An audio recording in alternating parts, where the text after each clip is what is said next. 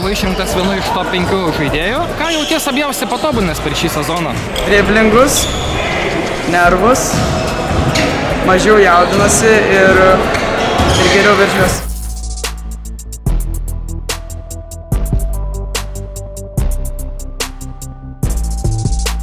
Pradžioje rungtynių labai myžom į kelnes, supratom, kad reikia susikaupti ir pradėjom kovot kamuolius ir gintis.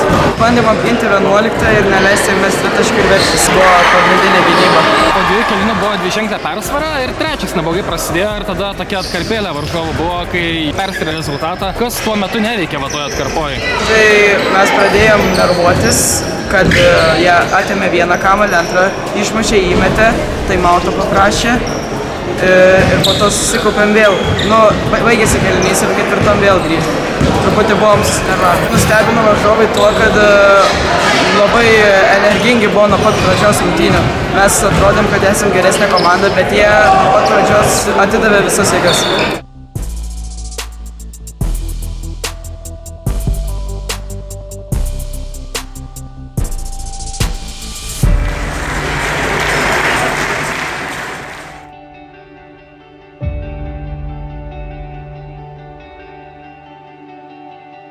Šis sezonas buvo tokie kaip amerikietiški kalniukai, tai geriau, tai blogiau, bet šiaip pavertino, tai gerai. Pirmą kartą patekome į finalą, laimingi. Visą sezoną žinojom, kad turim laimėti šitą turnyrą ir tai pavyko įvykdyti. Sunkios rungtynės, 3 kėlinius virė kova taškas į tašką. Kas ketvirtam padėjo atitrūkti? Tai uždengėm lyderį, pagerinom gynybą ir atsikovojom gynybai kamuolius. Pasitikėjau savim ir bandžiau išvesti komandą pergalę. Buvai išrinktas finalo MVP.